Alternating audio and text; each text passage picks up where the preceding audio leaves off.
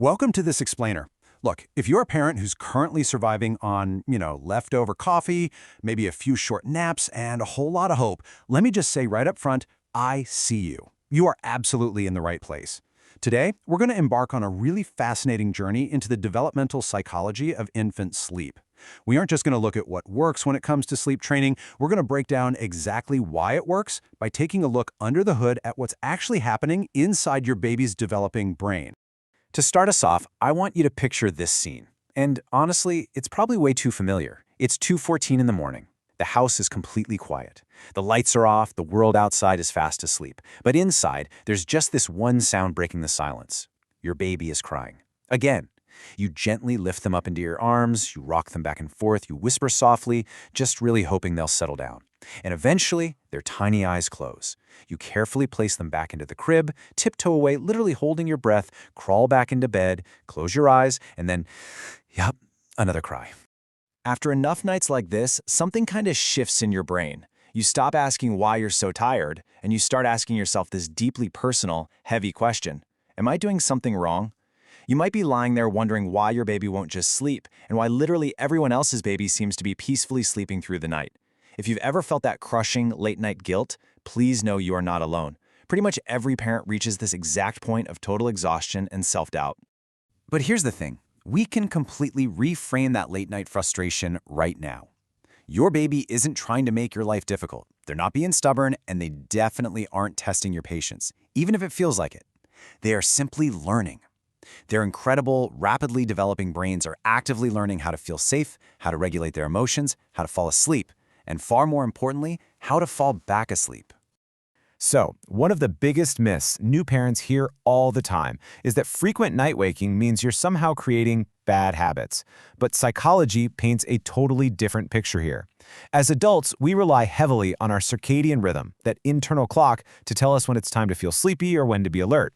But a newborn, their internal clock isn't fully mature yet. To them, day and night literally do not feel any different. So you aren't creating some terrible habit, you're just dealing with a biological system that is quite literally still under construction. And there's another really key physical difference at play here. While adults experience these long, flowing sleep cycles that last roughly 90 minutes, babies move through much shorter cycles. We're talking sometimes only 40 to 60 minutes long. And every single time they transition into that lighter sleep at the end of a cycle, there is a very high chance they're going to wake up. Maybe it's hunger, maybe it's discomfort, or maybe it's simply because they're still figuring out how to connect one sleep cycle to the very next one. So the crucial point I want you to take away is simply this. Waking up isn't unusual. It's actually completely expected. I mean, even adults wake up during the night. Most of us just don't remember it because we've mastered the specific skill of drifting right back to sleep without fully waking up. Babies just haven't learned that specific skill yet.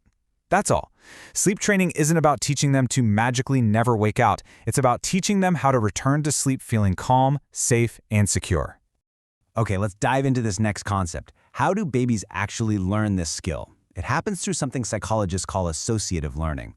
Long before a baby can understand a single word you say, their brain is constantly searching for patterns. Think about it. If they fall asleep every single night being gently rocked, well, at first it's just nice and comforting, but by the 20th night, the brain has created a rock-solid expectation. Rocking equals sleep. Hearing your heartbeat equals safety. These associations are completely natural, and it actually proves their little brain is working perfectly. But here is exactly where the challenge pops up. Because babies wake up several times a night, the second they open their eyes, their brain instantly runs through this mental checklist. They want familiarity, they want safety, and they want the exact same conditions that help them fall asleep in the first place. If they fell asleep snuggled in your arms, they want your arms again. They aren't manipulating you at all. Their brain is just naturally seeking out that familiar safety that allows sleep to happen.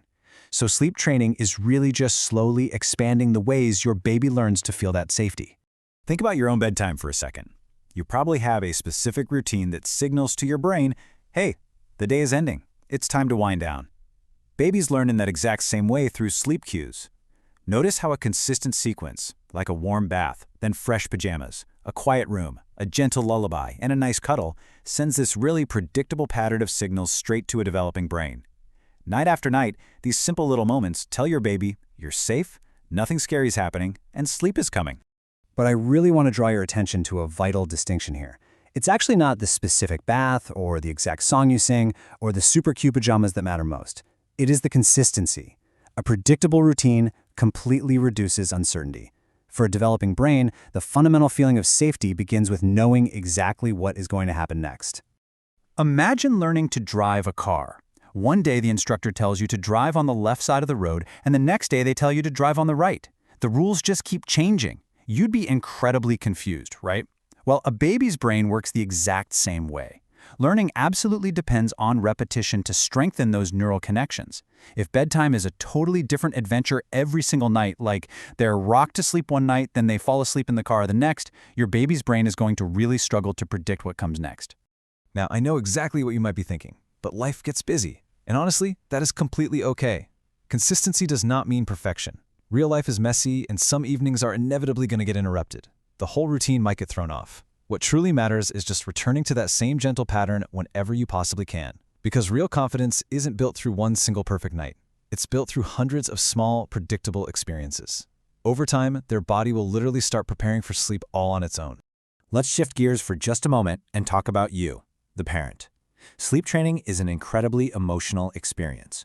When your baby cries, your heart literally beats a little faster, your breathing changes, and your stress hormones immediately begin to rise. Every single instinct inside you screams to go fix it. I want to validate right now that this response is absolutely not a weakness. It is a biological survival instinct that has been wired into human beings for thousands of years. You are responding exactly the way a deeply caring parent is designed to respond. So, the goal here is not to just ignore your baby's needs, but to deeply, truly understand them. As parents, we're constantly walking this tightrope.